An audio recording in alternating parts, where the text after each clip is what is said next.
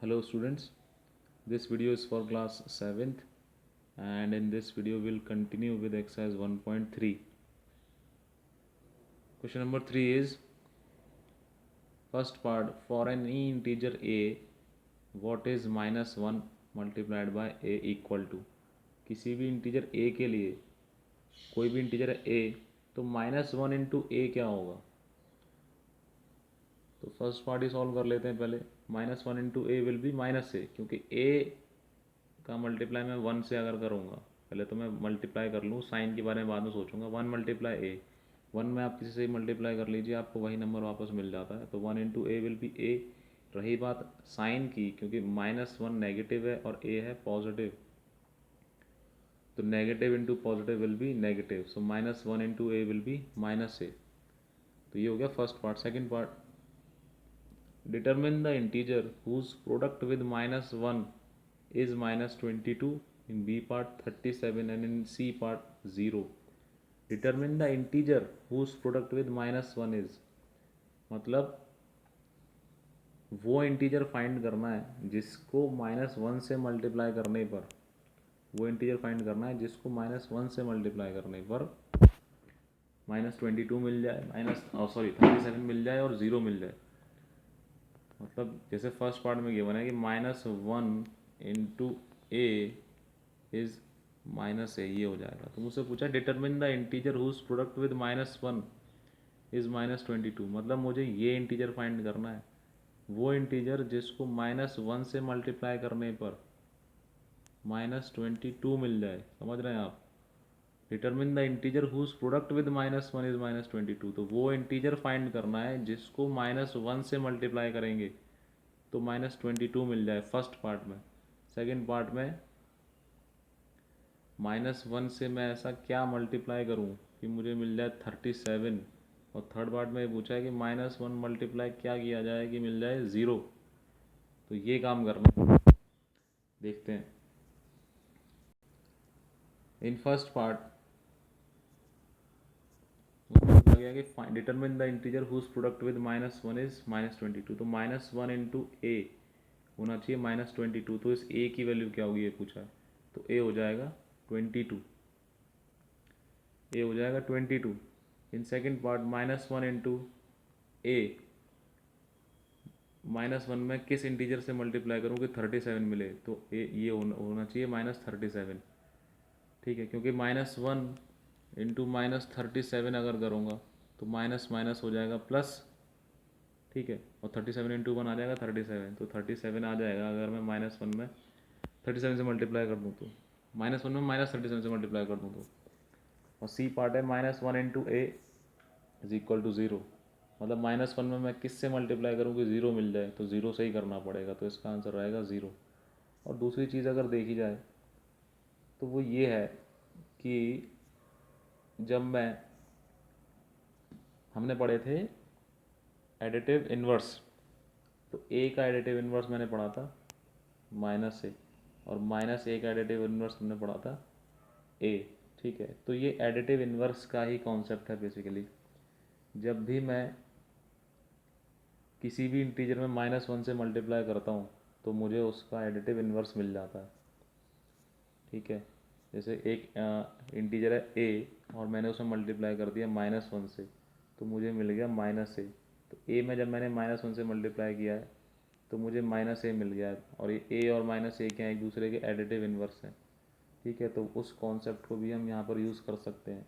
जैसे first part में हमसे पूछा है कि -1 में मैं किस इंटीजर से मल्टीप्लाई करूँ कि -22 मिल जाए, तो मुझे -22 के एडिटिव इन्वर्स से मल्टीप्लाई करना चाहिए, यानी कि 22 is the answer of first part.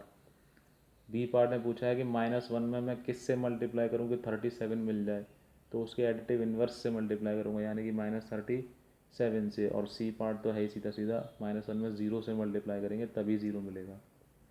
This is question number 3.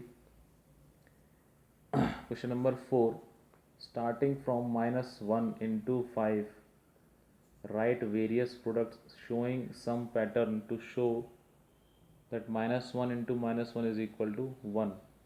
इस क्वेश्चन को समझने से पहले एक चीज़ समझ लेते हैं छोटी सी. देखिए, जैसे मान लीजिए मैं 6 का टेबल लिखता हूँ, तो 6 का टेबल ऐसे लिखूँगा मैं, 6 × 4 is 24, 6 × 3 is 18, 6 × 2 is 12, 6 1 is 6, 6 × 0 is 0।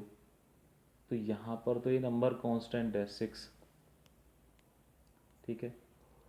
और ये जिससे मैं मल्टीप्लाई कर रहा हूँ वो लगातार कम होते जा रहे हैं। यहाँ पर है 4, 3, 2, 1, 0, और भी नीचे जा सकता हूँ, -1, -2, -3।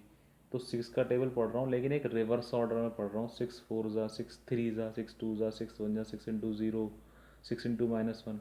और ऑब्जर्व क्या कर रहा हूँ, 6 4 ज़ा है 24, 6 3 ज़ा है 18, 6 2 ज़ा 12, 6 1 ज़ा 6, 6 × 0 0। अब मैं एक चीज़ ऑब्जर्व और कर रहा हूँ, वो ये है कि जब मैं 6 4 ज़ा मैंने कर दिया 24, ठीक है।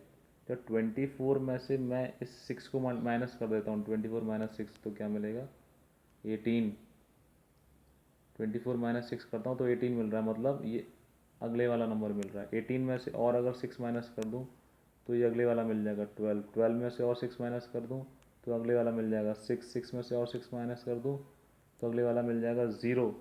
सिमिलरली 6 × 0 मिल रहा है मुझे 0। इसमें से और अगर मैं 6 माइनस कर दूँ, 0 - 6, तो ये हो जाएगा -6। तो 6 × -1 हो जाएगा -6।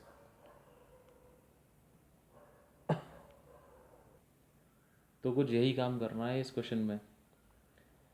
Starting from -1 × 5, right various products showing some pattern to show -1 × -1 is 1, ठीक है। -1 × 5 से स्टार्ट करना है, -1 × 5 से, और काफ़ी सारे प्रोडक्ट्स दिखाने हैं, और फाइनली ये प्रूव करना है कि -1 × -1 हो जाएगा 1 के इक्वल। तो देखते हैं फिर स्टार्ट करना है -1 × 5 से। तो मैंने लिख लिया -1 × 5। तो मुझे -1 × 5 से स्टार्ट करना है और काफ़ी सारे प्रोडक्ट्स दिखाने हैं, और फाइनली मुझे ये दिखाना है कि -1 × -1 इज़ 1। तो -1 × 5 करूँगा, -1 × 4 करूँगा, -1 × 3, -1 × 2, -1 × 1, फिर -1 × 0 भी करूँगा, फिर -1 × -1 भी करूँगा। तो मतलब जैसे मैंने वहाँ पर दिखाया है कि मैंने 6 4 ज़ा किया था, 6 3 ज़ा, 6 2 ज़ा, 6 1 ज़ा, 6 × 0, 6 × -1।